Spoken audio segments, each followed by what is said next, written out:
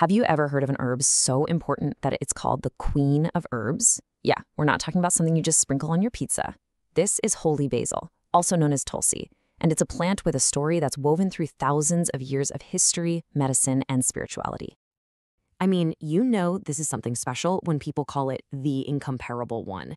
These aren't just fancy nicknames. They're a huge clue to the incredible cultural and historical weight this plant has carried for centuries. It really sets it apart from anything else. And here it is. This is the plant we're talking about. For over 3,000 years, people have been growing this in their homes and temples, not just for what it can do, but for what it represents. It's basically a living piece of history. So what is it that makes this herb so incomparable?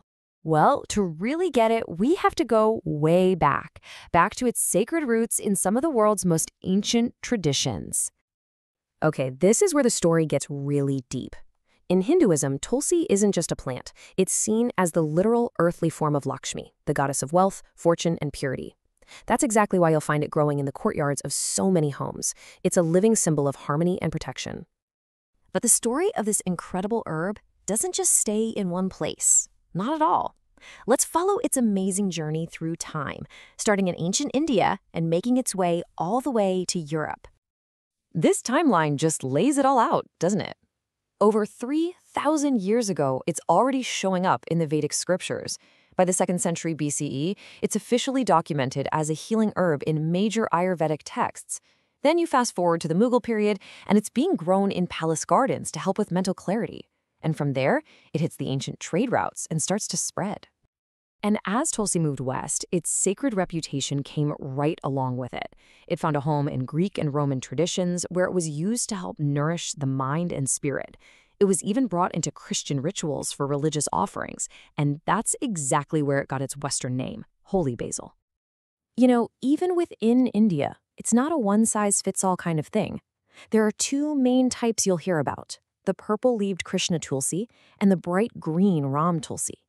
Each one looks a bit different, and they even have their own traditional uses, like boiling Ram Tulsi with milk when you're feeling under the weather. So, beyond all the spiritual importance, holy basil was basically a pharmacy in a plant. Seriously, the number of things it was traditionally used for, it's just staggering. Just take a look at this list. It's wild. In traditional Ayurveda, Tulsi was the go-to for pretty much everything. If you were sick, it was for colds, coughs, and fevers. For problems on the outside, it was used for skin issues, even for things like snake bites. And it was just part of daily life. People planted it to keep insects away and put it near the front door as a protective charm. It really was the whole shebang. It is no wonder at all that Ayurveda calls it the mother medicine of nature. I mean, that name just perfectly captures its role as this foundational, life-giving herb that people have depended on for, well, for centuries. So this all leads to a pretty obvious question, right? Does all this ancient wisdom actually hold up to modern science? Let's take a look at how scientists are starting to explain these beliefs that have been around for ages. All right, here's a keyword for you, adaptogen. Modern science classifies Tulsi as an adaptogen. So what on earth does that mean? Put simply, it's a natural substance that helps your body adapt to stress and find its balance. It helps your system normalize itself, which is a pretty big deal. And the science gets even more specific. Researchers have actually pinpointed the active compounds that make Tulsi work. You've got things like eugenol, which is anti-inflammatory and gives it that distinct clove-like scent.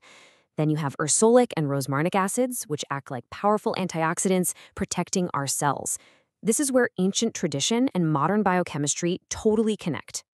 So, what does this all mean for us today? Let's connect this amazing, deep history to the kinds of challenges we're all facing in our modern lives.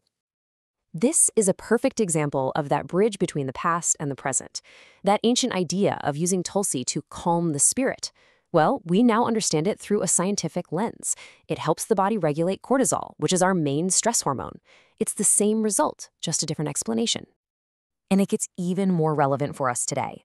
There's a growing pile of evidence that suggests holy basil can help protect our bodies from all the junk we're exposed to in the 21st century, like industrial pollutants and heavy metals, an ancient solution for some very modern problems.